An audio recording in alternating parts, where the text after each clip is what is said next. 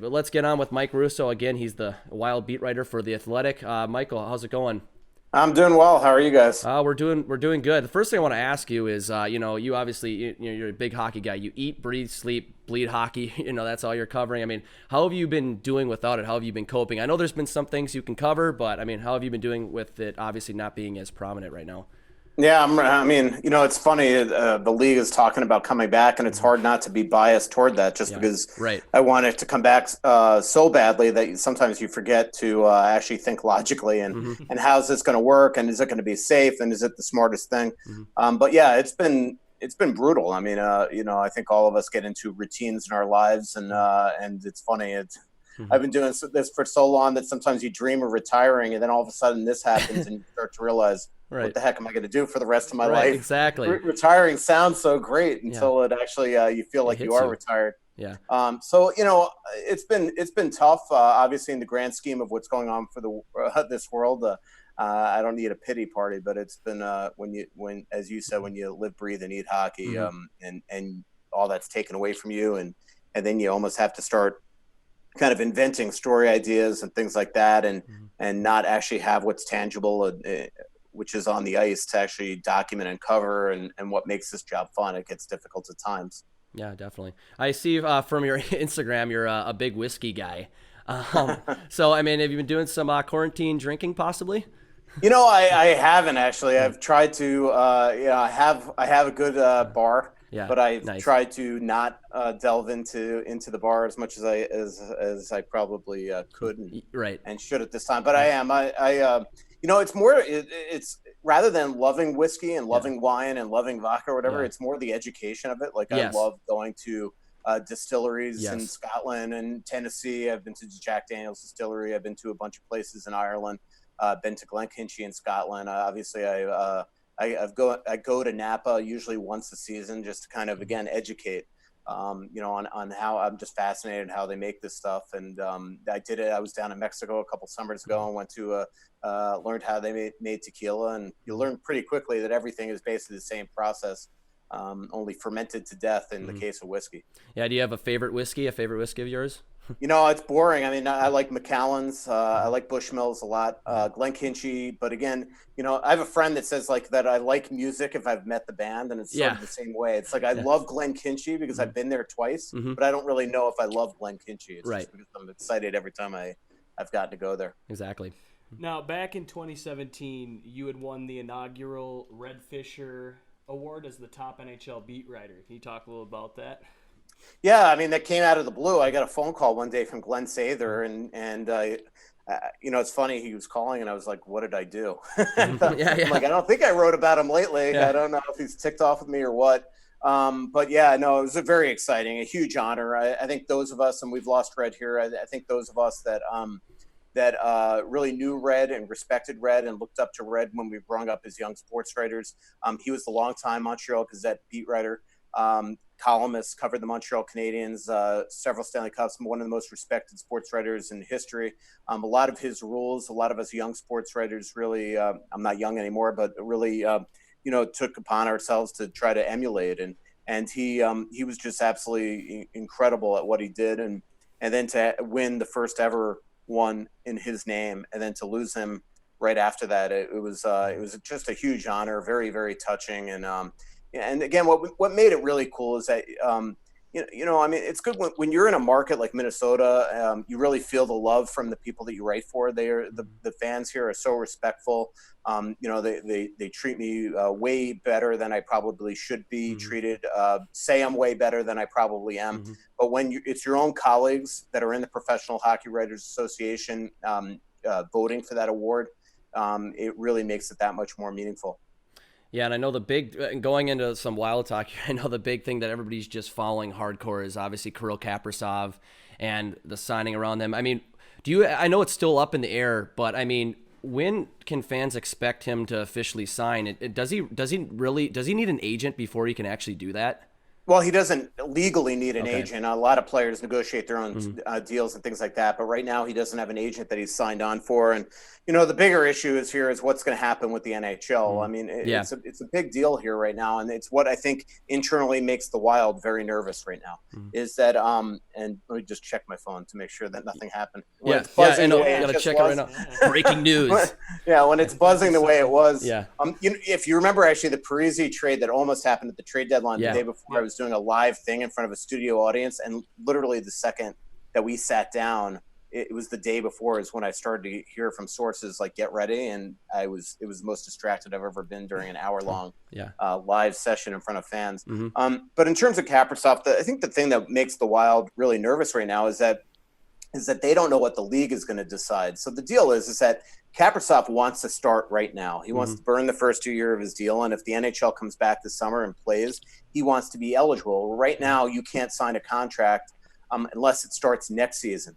And so he wants to see, all right, are you going to let me play if you guys come back? Yeah. Because if he's got to wait till December, that's where things get hairy from the Wild's perspective, where maybe he just might decide to sign for another year in the KHL. Because if one assumes that the KHL is going to start their season on time, I don't think the Kaprizov's just going to want to sit and not play hockey until December. So this is suddenly, a big deal that I mean, it's almost fitting from a Minnesota Wild perspective with all the bad luck that they always seem to traditionally have, that a global pandemic comes here right when this kid is made it extremely clear that he wants to try the NHL and wants to play for the Minnesota Wild and start this next chapter here, that he's got to first figure out what his future is. So if one assumes that what I'm saying is completely accurate, it could mean that we don't hear what happens with Kaprizov for a while. If it's just the agent thing, and the Wild at a minimum could really convince him, like, look, give this a try, or maybe the NHL says, look, sign right now, and if for some reason we don't let you play, or we don't come back this year, and next season starts in December, then you can make your decision and go back there. That could be something else that happens here, but it's really up in the air right now. Yeah. Okay, so for when he does finally sign with the Wild, we know he's going to be a top 6 forward. He does play the same position as Kevin Fiala, naturally. So I kind of see him sliding in onto that second line. Who would be a good center and right wing combo with him, or left wing? Yeah, I mean, it's a great question right now. I mean, the other thing is that you have Zuccarello, who also plays right wing. So one of those guys will probably have to move to the left wing, and I don't think I'd want to mess with anything with Fiala right now. He's the way that he played, I would keep him at his natural position, or the position that he feels is his natural position, and try Kaprizov on the left side as long as he is comfortable. Otherwise, maybe Zuccarello would have to slide over there. So, if it were me, I would go with a Parise and Fiala combo, and then a Zuccarello and a Kaprizov combo. Zuccarello is such an elite playmaker that wherever you put Fiala, I think that Kaprizov, I think that he'll be able to bury pucks. And then the next question is, who does the Wild get as your center? They've got to get a center this offseason, whether it's a free agent like an Eric Haula, or re-signing an Alex Galchenyuk, or going out and acquiring somebody via trade. To me, right now, the center that you play with either Fiala, if they're on separate lines, Fiala or Kaprizov is not on this roster. Stahl's going to be one of them, but to me, Eriksson Ek is much better in the third line checking role. And then the question is, who plugs in to play with Kaprizov, and this has just been it's been a perennial question in Minnesota Wild history on who you're going to get up the middle to make players better on the wings. Yeah, ultimately, it's up in the air. Ultimately, we're just going to see how that plays out, but it's definitely interesting to talk about being how great he's been, or how much hype there is around him. I mean, who's going to play with him, and kind of going off from that. It's fun watching to see his highlights on the videos, and I know you had a recent article where you're really building him up, and he's just obviously, I mean, his stats show it, but. Does the player, what's his Achilles heel? Does he even have a weakness or anything? Well, I mean, look, everything we see about him is what other people either say or what we see on video. I've never seen him in person. Right. I watched the World Juniors when he was over here in Montreal and things like that, and I've watched the Olympics and things like that. But look, what he does is a lot of things really, really well. He may not be the most elite at one thing. Like, he doesn't have the blistering shot that maybe an Ovechkin or a Kovacic has. He doesn't have the incredible dash that a Pavel Bure had. But what he does is he does well. He skates well. He's very sturdy. Competes like his butt off. He has an incredible shot, as we see, and he can score goals from gritty areas. So he just looks like a really elite player, and somebody that can maybe come here and at least transition as quickly as Panarin. Maybe eventually he looks like a Tarasenko. That is the hope. But for Wild fans that think that he's just going to come over and be a superstar right away in the vein of like an Ovechkin, is probably going to be disappointed. I think that what he does is just he's going to be probably, if he hits that max level, could be a 70-point guy, 80-point guy. And frankly, in Minnesota Wild lore, if he ever hits that, that would be like an Ovechkin. Yeah. I mean, guys just don't score that many points in this organization. No. For some reason. I don't know if it's in the Minnesota water or what what they put in that ice at XL Energy Center, but in the history of the Wild, we just haven't seen really anybody. I mean, even Gaborik, we all look at him as a star. He was a 42 goal scorer, in this organization. So, I think what Wild fans would love to see is eventually that superstar here. Yeah, definitely. Now, keeping it on the center topic, Mikko Koivu, being an older player, I like the way he played at the end of last season with those young guys on the fourth line. Do you see Mikko Koivu getting a one-year deal to come back for one last go-around with the Wild in 2021? Yeah, I really don't, unless they just cannot get another center. But I just think it's time. I think you got to get younger. I think it's time to put Nico Sturm on this team if you can. And if you sign Mikko, you're saying that Nico can't be here. And again, if there's no AHL season, I mean, that's another thing. That's just let's say, I mean, this is a long shot.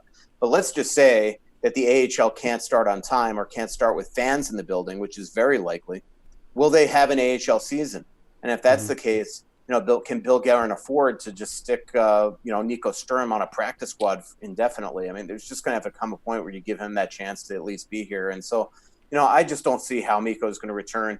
The other interesting thing that just popped in my head, guys, is that if the season starts after July, Mikko's contract ends June 30th. So they're going to have to figure out ways to allow players like that to be extended for a month or 2 months, whatever it is.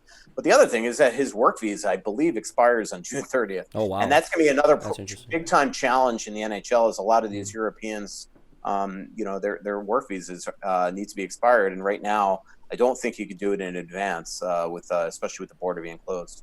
Yeah. And now kind of moving on to like some of your specific, some of your prior experience. I know that you covered the Florida Panthers for a while down there in, down there in Florida. I mean, I know that, I mean, what was that experience like? Because I know sometimes I hear Minnesota fans talking about how bad we have it here and being how unsuccessful we've been as a team in the postseason. But I mean, you got to look to Florida, especially when you're there in the 90s when they had some bad teams. I mean, what was that experience like? Yeah, I mean, 90s were actually better than the 2000s for the most part. Oh, yeah. But you're right. I mean, 98, 99, those seasons were just absolutely god-awful. They were really good in 99, 2000. And then, the last 3 years I was there, they were not very good. And this is a franchise that hasn't won a playoff round since 1996. Okay, so we're talking 24 years that they have not won a playoff round. So, when Wild fans complain that they have it bad, I think Panthers fans say, cry me a river. Yeah, right. But, look, it was how I learned. They had some really good teams. They had some freaking unbelievable players. I mean, Pavel Bure is still the best player that I've ever covered. I have a podcast on the Athletic Podcast Network, and I got Pavel's brother, Valerie, coming on with me on Wednesday, who owns a wine label, by the way. So Sweet. We'll be talking about that. But you know what? When I was there, they did get a lot of fans. I mean, first of all, when they were at Miami Arena, they packed the house every night. Now it was an arena that was less than 15,000, but it was absolutely rabid.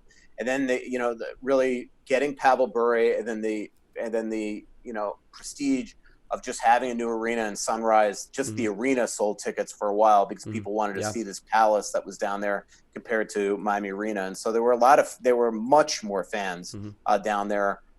When I covered the team. And basically what's been the problem the last 2 decades is that when you don't win and you are from Florida where there's a gazillion things to do, that if you don't win, fans don't come. And this has nothing to do with, to me, I hear all the time people like the Florida Panthers can't, the fans down there won't support a hockey team. They won't support a hockey team because they want to see a winner. Exactly. I mean, just go to the other coast. The Tampa Bay Lightning are incredible fans. They come every night because the organization gives them a reason to come every single night. So until the Panthers win consistently, it's going to continue to be like this. Yeah. Did you ever cover any games specifically, like maybe in like those 98, 99 teams where it was almost empty in the arenas? No, I mean, because that was really the first couple of years of the of the franchise. They were pretty much packed. Of the arena moving to what was then National Car Rental Center in Sunrise. So the arena made it very, very exciting. And then what they did is when they realized after that horrendous year that they had in 97, 98, the next year they acquired Pavel Bure, and right away that just gave a jolt to the franchise. He had 58 and 59 goals his 2 years with the Panthers in a clutch and grab era, pretty much. The year that in 2000, I mean, they had 98 points in a no loser point league, one of the best teams in the NHL. Then, unfortunately, they ran into Marty Brodeur and that 2000 Devils team that went on to win a cup and got swept. Now we're going to go back to the Wild. As far as the goalie situation goes, with Alex Stalock, Devin Dubnyk, we don't really know if Devin Dubnyk's going to get bought out. Names like Robin Lehner out there in free agency for this upcoming year. What could the Wild do for their goalie situation to kind of improve it for next season? Because that's it's a great question. I think a lot of it, I will say again, if there's no AHL season, that could affect Devin Dubnyk because. There's no way you could just have Capo Kakinen and Matt Robson just not do anything, just be a practice squad players for a while. So that's going to be something that Billy Guerin's going to have to figure out here. I don't think that he would do anything with Dubnyk until he knows that for a fact that he can get one of those, either whether he believes that Capo Kakinen is ready to just burst onto the scene in the NHL, or if he's willing to maybe sign one of those other goalies you mentioned on a shorter term deal. The problem with unrestricted free agency is all these guys usually are in the last contract and they want to go as long term as they possibly can, and they're not going to be sitting there, waving their hand. Y'all signed for 2 years in Minnesota to buy you time for your goalie of the future in Kakinen. Trust me, if I knew the answer to this question, I'd be reporting it, but it is so up in the air right now because again, what makes things even more confusing than they are is the fact that it's just that we're in this pandemic situation here and we don't know what the future is, both of the NHL and the AHL on a short-term basis. Yeah. And going on about the Wild management, I'm really curious because I know you've wrote some stories after Paul Fenton was fired about some of the dysfunction during his management is going on in there. But now that Bill Guerin is in, what specific differences in the Wild's management are blatant to you covering the Wild between Guerin's management and out of Fenton's management? Yeah, I mean, the dysfunction where it took place is that Paul Fenton was forced to sort of inherit Chuck Fletcher's regime and did not get along with any of them and created this almost divide right away. Where conversely, Bill Guerin came in and instead of creating the divide with the people that Paul Fenton hired, he molded with these guys and he gets along so well with them that I'd be shocked if really he let any of them go. Chris O'Hearn, the director of hockey operations, who does most of the contracts and things like that. Matt Sells, the director of hockey administration. He's the analytics guy. And then obviously Tom Kerver is the assistant GM. There seems to be really good bond there. So that's the big thing. But it really comes down to just being a people person, treating people with respect. Not creating bad morale inside your organization. One of the first things that Bill Guerin did when he became the GM here in Minnesota is one of the social media people that worked for the Wild, who he had never worked with other than like a couple of days, was leaving the team to go to the LA Kings, had a going away party, and who shows up but Bill Guerin, and just shocked everybody. And I think that type of thing is what really has embraced him to the entire organization. And the other thing that he did is he met with the players, and he met with them individually with the owner, Craig Leopold. He met with them as a team, and he just talked to that individuals are not how you win cups. And when you have a guy with Bill Guerin's pedigree that was such a great player internationally, a great player in the NHL, has won Stanley Cups and things like that, multiple Stanley Cups. There's just there's a presence about him that you just listen to him and respect him. And I think that he came in here and really, for lack of a better term, laid down the gauntlet.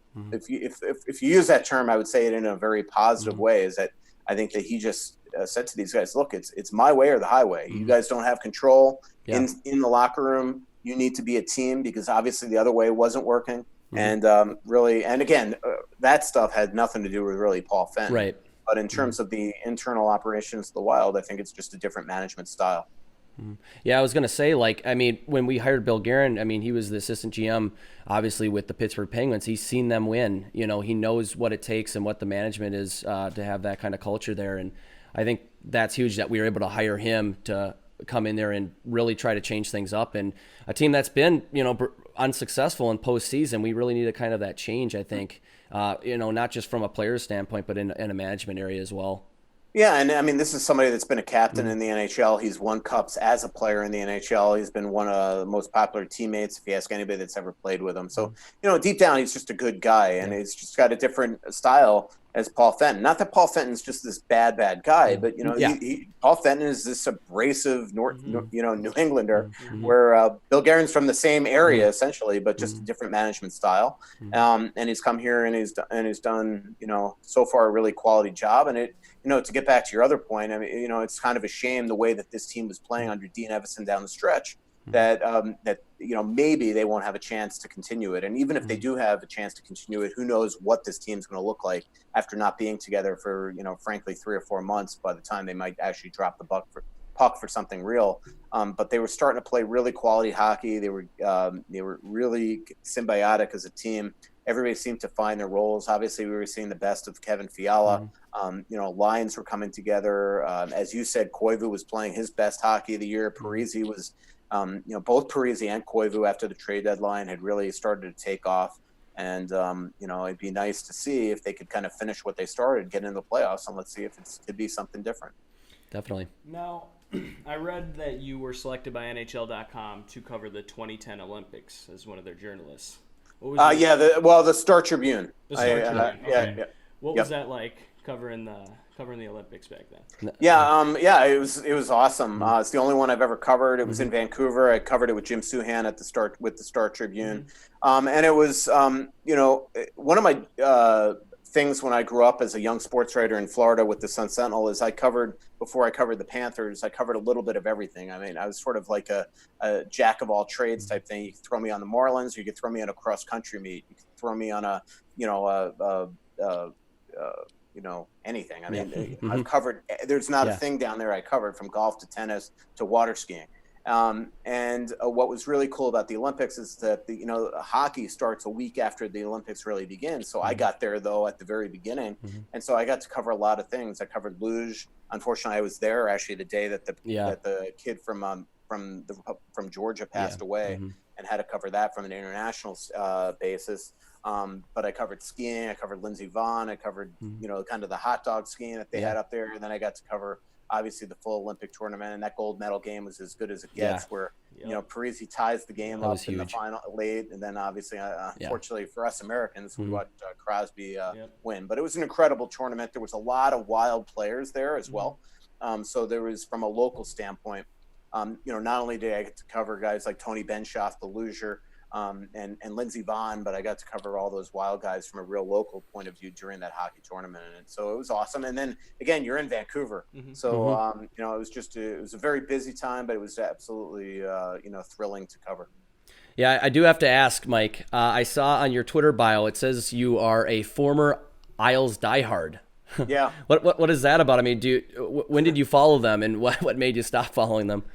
I mean, frankly, being a sports writer, I've been a sports writer so long. I started when I was 15 years old that I might be the only sports writer in the world that doesn't have a favorite team. Yeah. I'm just not a diehard anybody. Yeah, that's why I was asking, because I'm like, I don't ever see you being like a fan. Yeah, I know. Yeah. And then unfortunately, when I moved to Florida, so I grew up on Long Island, moved there when I was 12. And then, so we're talking until 1993, we had no Florida, no hockey down there. Yep. I covered a minor league hockey team called the West Palm Beach Blaze. It was run actually by Bill Nyrup, the late Bill Nyrup, who was from Edina, Minnesota, son of the CEO of Northwest Airlines. But he was the commissioner of the league, the owner of the West Palm Beach franchise, the GM of the West Palm Beach franchise, and the coach of the West Palm Beach franchise.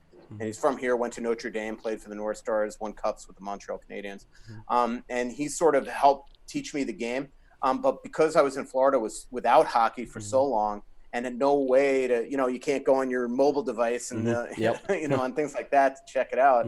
I just slowly became not an Islander fan. And in the late '80s, early '90s, the Islanders started to stink, frankly. So, I'm just I still every time we go to Long Island, I still have that. When you're covering games at Nassau Coliseum and you're even with all the retired numbers and the Stanley Cup banners that still kind of hits me in the heart, and I get this sense of when I was a young kid and why I fell in love with the sport. But you're right, I'm definitely an old Islanders diehard, not a current one. How bad is Barclays Center for hockey? I asked this to everybody. Yeah, it's terrible, and I don't think we'll ever see a game there again. It was just brutal. I mean, the press box is in the corner. The Jumbotron is on the blue line, not center ice. Car in the corner. Yeah, you got a car behind Makes one no of the end sense. zones. Yeah, there's obstructed seats. It's good for the actual broadcasters because they're in the lower bowl, but when people stand in front of them, you got to kind of look around them. It's kind of like back in the 90s when I started covering the league, like in Arizona at the America West Arena or in New Jersey at Continental Airlines Arena, the Meadowlands.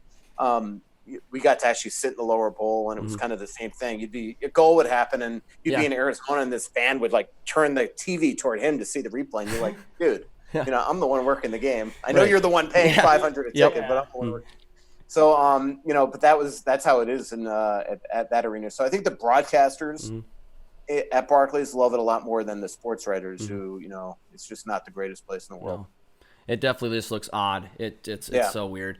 But anyway, as we're approaching near the end of the time with you, Mike, we want to do our signature rapid fire segment with you here. We've been doing with all our guests where we ask you some crazy hypotheticals, would you rathers. I mean, are you in for that? Yeah, sure. I love these type of things. Yeah, let's go. All right. So the first one is, would you rather spend the rest of your life blind or in an Olive Garden? Oh boy. Yeah. I would go with the Olive Garden, I guess. There you go. That's been the popular answer. You'd They have the all you can eat. Are you talking the restaurant, right? Yes, not an correct. Actual Olive Yeah, Garden. yeah. You have the all you can eat salad and the breadsticks. Oh man, the breadsticks for sure. They get you. If you were given an all expenses paid trip to Cleveland, would you take it? Right now, because I am so craving to get on an airplane, I would. Yes, but out of quarantine, you wouldn't. I don't know. Rock and Roll Hall of Fame. Yeah. No, I would do that. Now, in your time being in Minnesota, is it correctly pronounced hot dish or casserole? I'll go hot dish. There we go. It's a popular one. That's what I'll go with. If a movie was never actually had a hot dish though. Oh, I'd recommend. There's different like hot dish. I mean, there's different takes on it. I should say different people, but it's generally the same thing. There's so many Minnesota things I have not had. Like I've never had a Juicy Lucy. Oh, what else is very Minnesotan? Oh, lefse. I've never really had walleye. Walleye? Oh my gosh, you are missing out. It's oh man, beer batter. It's so good. Definitely recommend. Yeah. And then lefse is another thing. It's like Norwegian, but it's a big thing here as well. It's good. If a movie was made about your life, who would play you? You know that Josh Bratton, the actor that follows all the fan, he put Mark Ruffalo the other day, and I'm like, it was actually a little scary how much he looked like me. Yeah, I can see it. I'll go with him. I think probably the person that would make more sense would be who's the guy from Curb Your Enthusiasm? It's and I've met him even. Is it Larry? Not Larry David, but oh my Jeff. Gosh. Yeah, Jeff. Okay. The manager. That would probably be. He looks a little more like me. I know you're talking about. I just can't think of the name. Yep. Moving on. Would you rather have the head the size of a tennis ball or the size of a watermelon? I'll go tennis ball. Oh wow, yeah. You're one of few that have done that. Like you and Provis, Corey Provis, Twins radio play. He chose that as well. So yeah. Minneapolis or St. Paul? I actually kind of look. I basically have a watermelon, so this is why I'm changing it. Right there, you go. Are you Minneapolis or St. Paul guy? I used to be a Minneapolis guy. Now I'm on the St. Paul side. Yeah. So I lived in downtown Minneapolis since I moved here until last March. There you go. Good. Yeah. In self-defense, how many fifth graders could you fend off at one time? Probably not a lot. I'm not exactly the fastest in the world. The only time I would ever run really is if I was getting chased. So yeah. Paul Allen said an army, so yeah. The whole school he said. Yeah, we'll see. Would you rather wear a shirt that's kind of itchy all the time or wear a pair of shoes that have a small pebble in it? I'll go with the pebble, actually. Yeah. You can kind of get it somehow between the toes. Yeah. Itchy, not good. Mm-hmm. That's been a very mixed answer from all our guests. What's more realistic, ghosts or aliens? I would go aliens. There you go. And this one might be obvious, but I mean, you could surprise us. You have one sport to watch the rest of your life. What is it? Hockey. There you no go. Doubt. I mean, no doubt there. Correct answer. Yep. Yeah, the correct answer. All right, Mike. Well, we're getting to the end here. Again, we want to thank you so much for coming on. We enjoy talking hockey with you. You know your stuff. And anyone watching, make sure to follow any news, especially on Kaprizov, and follow Mike Russo on The Athletic. Any final thoughts from you, Mike? No, thanks. I really respect what you guys are doing. So this is awesome, and had fun doing it. And keep up the good work. And I hope it's such for a good cause. I hope people do donate. Yeah. Do you have a message for Kevin Gorg? We got him up next. I love Gorg. You got to talk movies with Gorg. Yes. Okay. Yep. Ask him. Russo wants to know if there's a chance he might have had COVID-19 in January. Ask him that. If he had COVID.